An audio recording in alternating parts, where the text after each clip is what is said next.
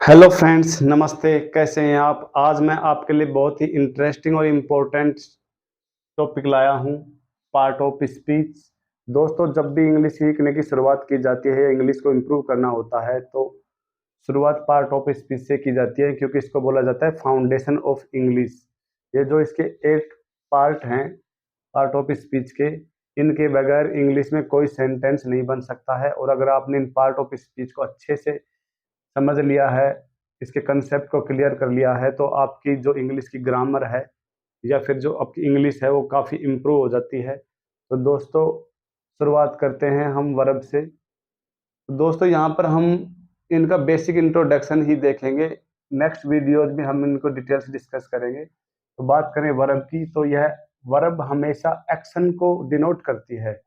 जैसे हम दौड़ते हैं, खाते हैं, हंसते हैं, डांसिंग, रनिंग और लाफ, रन, राइट, जो भी एक्शन होते हैं वो वर्ब के अंतर्गत आते हैं। जैसे वर्ब हमेशा टेंस को रिप्रेजेंट करती है। जैसे कोई काम पास्ट में हुआ था या हो रहा है या फ्यूचर में होगा, तो सेंटेंस मेकिंग में वर्ब का होना बहुत ज़रूरी है। तो जो जो रनिंग है, जैसे Ram runs very fast, Ram बहुत तेज दौड़ता है, जो यहाँ पर रन है वो एक्शन वर्ब है। इसी तरह जो स्टेट वर्ब होती हैं, जैसे मैं बोलूँ आई एम ए टीचर, तो यहाँ पर जो एम है वो मेन वर्ब की तरफ काम तो कर रहा है, लेकिन वह एक्शन वर्ब नहीं है, वह स्टेट वर्ब है। इसी तरह आई हैव ए कार, यहाँ पर जो मेरे पास एक कार है, यहाँ पर यह एक्शन नहीं कर रहा है, यह एक स्टेटिक वर्ब है। तो इसके बाद हम बात करते हैं नाउन की।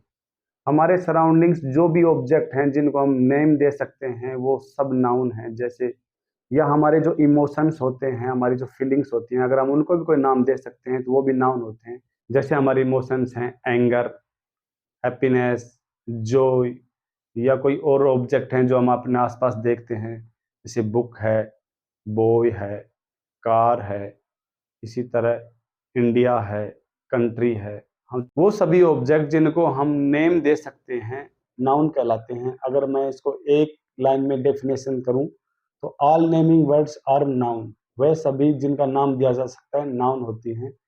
वो हम आगे पढ़ेंगे, noun, common noun, proper noun, abstract noun. तो अब दोस्तों, अब डिस्कस करते हैं हम प्रोनाउन पर। प्रोनाउन क्या होता है कि नाउन की रिपीटेशन को बचाने के लिए प्रोनाउन का यूज किया जाता है। जैसे Rahul lives in Delhi, Rahul is a good boy. यहाँ पर राहुल का रिपीटेशन हो रहा है। अगर हम इसको यूं बोलें कि Rahul lives in Delhi and he is a good boy, तो यहाँ पर जो ही यूज हुआ है वह प्रोनाउन कहलाता है और वह नाउन को रिप्लेस करता है। तो जैसे और भी नाउन प्रोनाउंस की बात करें तो ही है, सी है, दे है, इट है। तो अब बात करें हम एडजेक्टिव की। एडजेक्टिव नाउन और प्रोनाउन की विशेषता बताता है, उनकी क्वालिटी बताता है।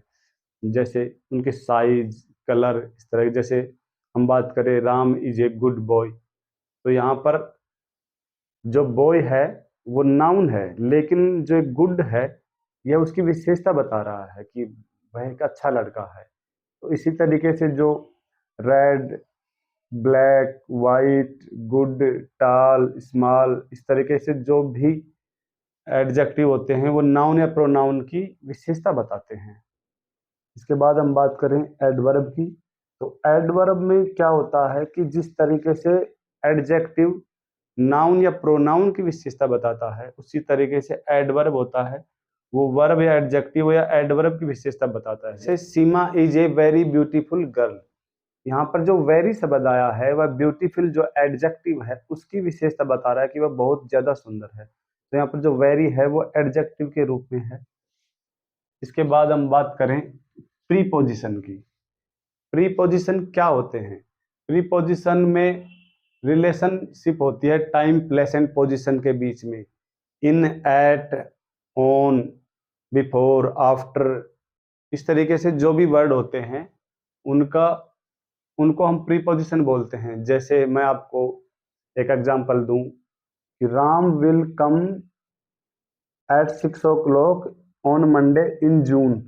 यहाँ पर जो 6 o'clock से पहले एट लगा है और मंडे से पहले ऑन लगा है और जून से पहले इन लगा है, वह सभी प्रीपोजिशन होते हैं।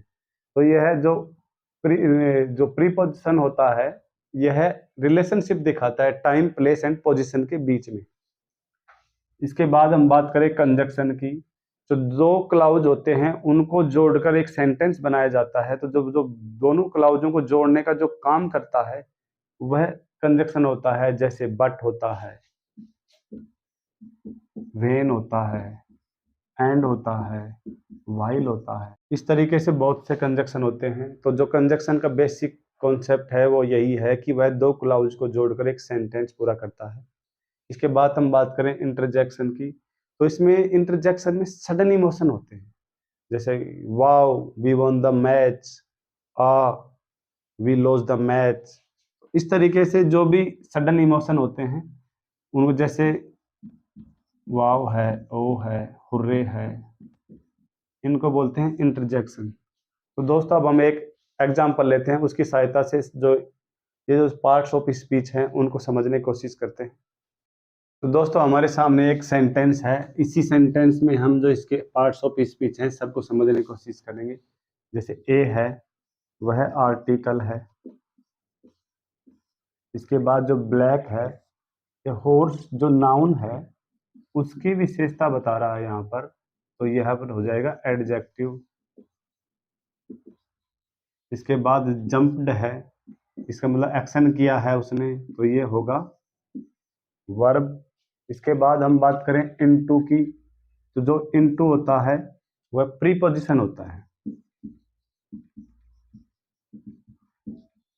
यह जो उसने जंप किया, कहाँ किया, तो इसमें इसकी रिलेशनशिप को दिखा रहा है कि उसने रिवर में जंप किया है। इसके बाद यह है रिवर, रिवर नाउन होता है। इसके बाद जो एंड है वो इस क्लाउज को और यहाँ से पीछे जो क्लाउज है उन दोनों को जोड़ रहा है, तो यहाँ पर ये रहेगा कंजक्शन। ही है जो हॉर्स है उसकी जो रिपीटेशन है उसको रिप्लेस किया है इसने नाउन को, तो ये रहेगा यहाँ पर प्रोनाउन। क्रॉस्ड ये आएगी वर्ब। और जो क्रॉस कैसे किया है, इजीली किया है, तो ये रहेगी एडवर्ब, क्योंकि ये वर्ब की विशेषता बता रहा है। तो इस तरीके से दोस्तों हमने एक सेंटेंस में ही जो जो सभी पार्ट्स ऑफ स्पीच हैं उनको अच्छे से समझाया है। तो उम्मीद है दोस्तों आपको ये वीडियो पसंद आया होगा, और अगर आप हमारे चैनल के नए हैं तो चैनल को सब्सक्राइब कीजिए ताकि आप ऐसे और उपयोगी वीडियो देख सकें।